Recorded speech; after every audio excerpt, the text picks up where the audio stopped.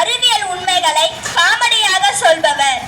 மாணவர் 1 லொல்லு பாண்டி, எதற்கெடுத்தாலும் கவுண்டர் கொடுப்பவர். மாணவர் 2 அப்பாவி, எதற்கெடுத்தாலும் பயப்படும் ரகம். மாணவர் 3 and 4 குறுக்கே புகுந்து காமெடி செய்பவர்கள். தம்பிகளா, நம்ம உடம்பு ஒரு பயங்கரமான சிசிடிவி கேமரா மாதிரி. நீங்க எதை உள்ள அனுப்பினாலும் அது எக்ஸாம்பிளுக்கு ஒரு கெட்டு போன வடையவோ இல்ல அழுக்கு தண்ணியை குடிச்சீங்கன்னா என்ன நடக்கும்? என்ன பண்ணும் சார்? வந்த வடைக்கு என்ன வரவேற்பு விழாவா சார் கொடுக்கும்? உன் வயிறு அலாம் அடிக்க ஆரம்பிச்சிருந்தா எகமானா, நீ உள்ள அனுப்புனது ஒரு டூப்ளிகேட் பொருள். அதை நீ உடம்புக்குள்ளேயே வச்சிருந்தேன்னா மொத்த பாடியும் காலியாயின்னு சொல்லி அது வாய் வழியா மேல அனுப்பும். அதுதான் வாந்தி. வாந்தியா? வாந்தினா எனக்கு ரொம்ப பயம் சார். அதை நிறுத்துறதுக்காக நான் உடனே மாத்திரை போட்டுறேங்க சார். அங்கதான் நீ பண்ற தப்பு.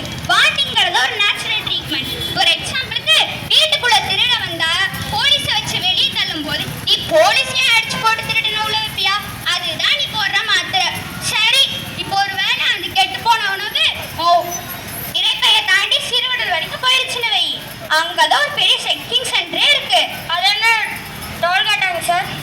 ஆமா, சிறுகுடல் என்ன பண்ணும் தெரியுமா? நீ நல்லா மென்னு சாப்பிட்டியா, அதுல எச்சில் கலந்துருக்கா, அது நல்ல சத்துள்ள உணவான்னு பார்க்கும். அது சத்து இல்லாத பொருளா இருந்துச்சுன்னா உடனே ரிஜெக்ட் பண்ணி பெருங்குடலுக்கு அனுப்பிடும்.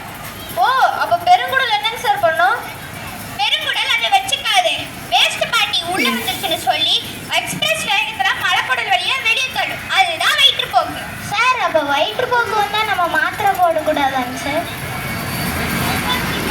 போடவே கூடாது. அடுத்து வெளியே போகும்போது நீ ஏன் கேட்டு போற? அது வெளியே போயிருச்சுன்னா உடம்பு தான் சுத்தமாயிரும்ல. அதுவே நீ மாத்திரை போட்டு தடுத்தா அது ஒரு ரத்தத்துல கலந்து அது பெரிய வியாதியாவே மாறிடும். சார் புரிஞ்சிருச்சுங்க சார். இனிமே நான் வாந்தி வந்தா மாத்திரை போட மாட்டேங்க சார். ஆனா வாந்தி எடுக்கும்போது என் பக்கத்துல மட்டும் நிக்காதீங்க சார். அதனால மாணவர்களே, வாந்தியும் வயிற்றுப்போக்கு உடம்போட எமர்ஜென்சி எக்ஸிட். வழியா மறிக்காதீங்க சார். அப்போ வாந்தியும் வயிற்றுப்போக்கும் வந்து என்னங்க சார் பண்றது?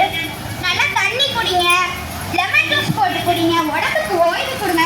உடம்பு அதோட கிளீனிங் வேலையை முடிச்சிருச்சுன்னா